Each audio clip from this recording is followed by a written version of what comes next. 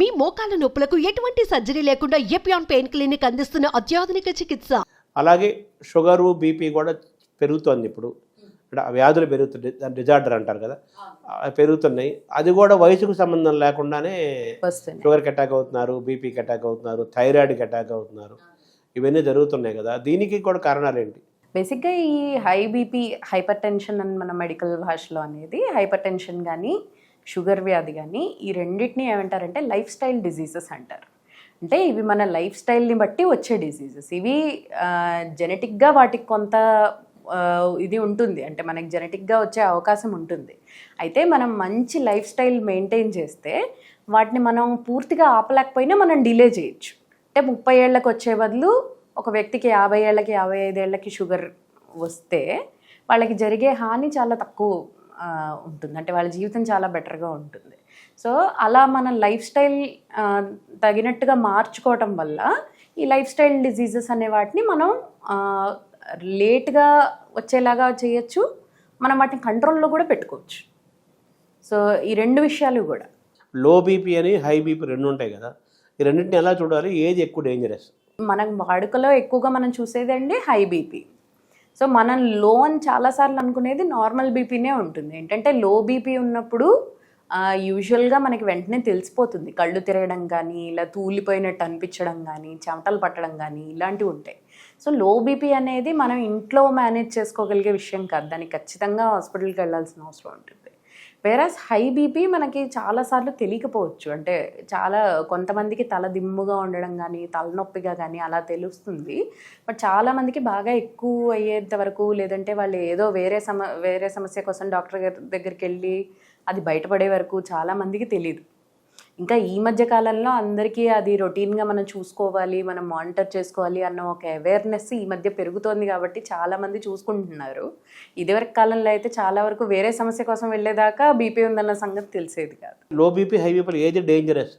Low BP అనేది బేసిక్గా చాలా, అంటే ప్రాణహాని కలిగించగలిగిన స్థితి అండి. అంటే ఇప్పుడు మనకి ఉండుండి లో బీపీ అయిపోతే అది చాలా అంటే అది అసలు మనం తట్టుకునేలాగా ఉండదు. ఇప్పుడు మనం హై బీపీ అంటే ట్యాబ్లెట్ వేసుకుంటాం, ఇంట్లో ఉంటాం. లో బీపీ అనేది అలా ఉండదు. On the other hand high BP కూడా మనకి మరీ హైగా వెళ్ళిపోతే బ్రెయిన్ స్ట్రోక్ అవి అయ్యే అవకాశాలు చాలా ఎక్కువగా ఉంటాయి. కాబట్టి రెండు డేంజరస్సే, ఒకటి డేంజరస్ కాదని మనం చెప్పలేము, రెండు వేటికవి డేంజరస్సే. Comparatively low BP is more dangerous అన్నారా? లో బీపీ అనేది మెడికల్ ఎమర్జెన్సీ. అదే ఎమర్జెన్సీ అంటే ఆ సిచ్యువేషన్ తీసుకొస్తుంది. హై బీపీ కూడా, అంటే ఎక్స్ట్రీమ్లీ హై బీపీ కూడా మెడికల్ ఎమర్జెన్సీ. అంటే కంపారిటివ్గా లో బీపీ మోర్ డేంజరస్ అనాలా మన మామూలుగా అందరికి అర్థమయ్యే భాషలో? ఈ అవకాశం తీసుకొని నేను క్లారిఫై చేయాలనుకుంటుంది ఏంటంటే, చాలామంది నాకు లో బీపీ అంటూ ఉంటారు. అది యాక్చువల్గా లో కాదు. అంటే మనం 120కి తక్కువ ఏదైనా మనం లో అని మనం అనుకుంటాము, కానీ మామూలుగా 90 నుండి 120 దాకా చాలామందికి ఆ మధ్యలో ఉంటుంది. కాబట్టి 120 ఉండాలి, నాకు 100 ఉందంటే నాకు లో బీపీ అని అనుకోవటానికి లేదు, అది మామూలు బీపీనే. అంటే మామూలుగా 120/80 అని అంటారు కదా. కాకపోతే ఇందులో మనం అర్థం చేసుకోవాల్సిన విషయం ఏంటంటే, మనుషులు మెషిన్స్ కాదు కాబట్టి ఒక ఫిక్స్డ్ వాల్యూ అనే నార్మల్ అని మనం అనుకోలేము. అంటే 120 అంటే నార్మల్, 122 అంటే ఎక్కువ, అలా అంటే అలా ఉండదు, ఒక రేంజ్లో ఉంటుంది అనమాట. ఇప్పుడు 90 నుండి 140 దాకా ఒక్కొక్కరికి ఒక్కొక్క నార్మల్ బీపీ ఉండొచ్చు. సో ఒక్కొక్కరి బీపీ కూడా ఇప్పుడు 100 నాకు నార్మల్ అయితే మీకు నార్మల్ అవ్వకపోవచ్చు. సో ఎవరి నార్మల్ బీపీ అనేది కూడా కొంత వేరియేషన్ ఉంటుంది. అలాగని మరీ ఇప్పుడు నాకు 160 ఉంటుంది అది నాకు నార్మల్ అని అనుకోవటానికి లేదు, అది డెఫినెట్గా హై బీపీ.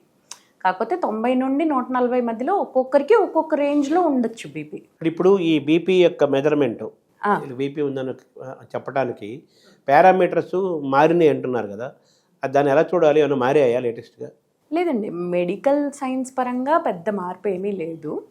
మనం ఎప్పటి నుండో 120/80 నార్మల్ అని అందరికీ తెలిసిన విషయం అయినా కూడా మనం హైపర్ టెన్షన్ అని కన్సిడర్ చేయాలంటే మనం 140/90 అని తీసుకుంటాం. సో ఇది వయసులో బట్టి మారుతుంటుందా? ఇది ఇందాక మీరు మనుషులు బట్టి మారినట్టుగా వయసులో బట్టి కూడా మారుతుంది?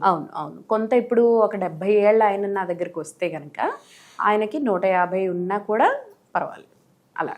సో మనకి 60 దాటినప్పటి నుండి కొంచెం మనకి పైన మన 120 ఏదైతే ఉందో దానికి కొంత రిలాక్సేషన్ ఉంటుందన్నమాట.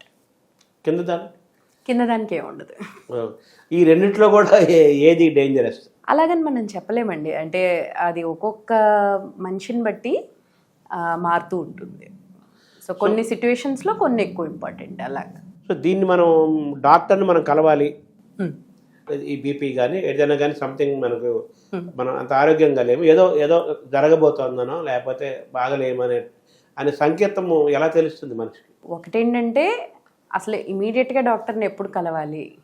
ఛాతీలో నొప్పి ఉంది, ఛాతీ నుండి ఎడమ చేతి వైపుగా నొప్పి వెళ్తుంది, లేదా ఛాతీలోనే ఉంది, ఎడమ వైపుగా వెళ్తుంది, లేదా కొంతమందికి మెడకి వెళ్తుంది, కొంతమందికి చెవి దగ్గరికి ఇలా వెళ్తుంది నొప్పి, నడుస్తున్నప్పుడు ఎక్కువ అనిపిస్తుంది. ముఖ్యంగా చాలామందికి ఏమవుతుందంటే కొంత దూరం నడిచాక లేదంటే కొంచెం మెట్లు ఎక్కాక నొప్పిగా అనిపిస్తుంది, లేదా ముందర 3 ఫ్లోర్లు ఈజీగా ఎక్కేవాళ్ళం, ఇప్పుడు 1 ఫ్లోర్ ఎక్కేటప్పటికే ఆయాసం వచ్చేస్తుంది.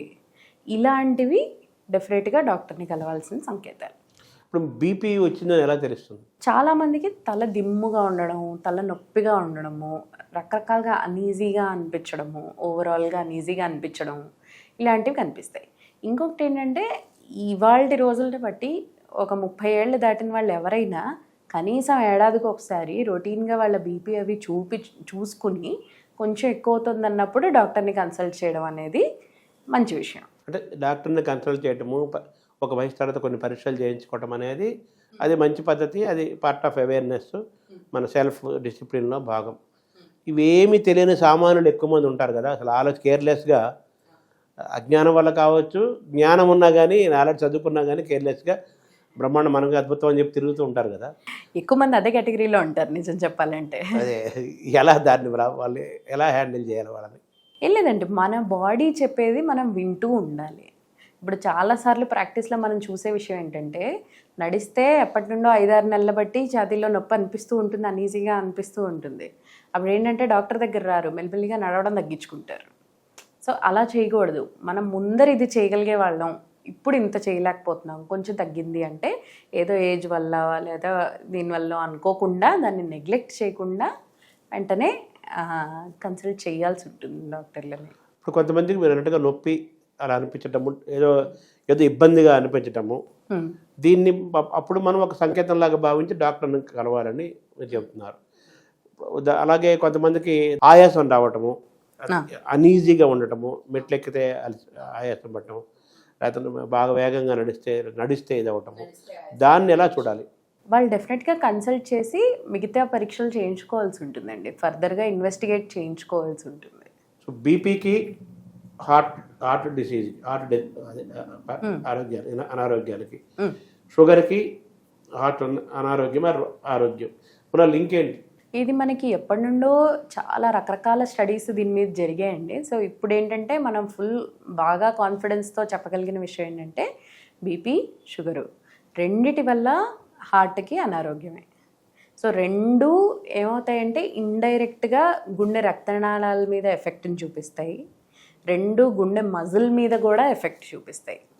సో ఏంటంటే హార్ట్ మజిల్ బాగా కొట్టుకోవాలి కదా, బాగా పంప్ చేయాలి, అది గుండె పని. సో కొన్ని సంవత్సరాలుగా ఎక్కువ బీపీతో ఉన్నారు లేదా షుగర్ అన్కంట్రోల్డ్గా ఉంది అని అంటే ఈ రెండిటి మీద ఎఫెక్ట్ పడుతుంది, హార్ట్ పంపింగ్ కెపాసిటీ కూడా తగ్గుతుంది.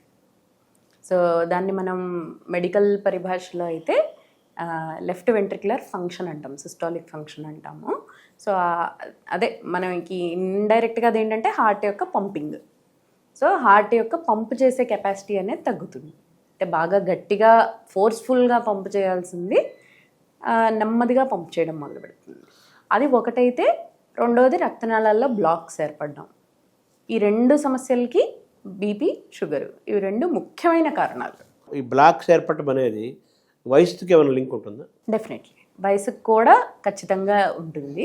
సో ఇది వరకు మనం ఎక్కువగా ఈ వయసు వల్ల వచ్చేవే ఎక్కువ చూసేవాళ్ళం. ఇప్పుడు ఏంటంటే మన లైఫ్ స్టైల్ వల్ల ఏంటంటే మనం అవసరమైన దానికంటే ఎక్కువగా తింటున్నాం, అవసరమైన దానికంటే తక్కువగా శ్రమ చేస్తున్నాం, పని చేస్తున్నాం.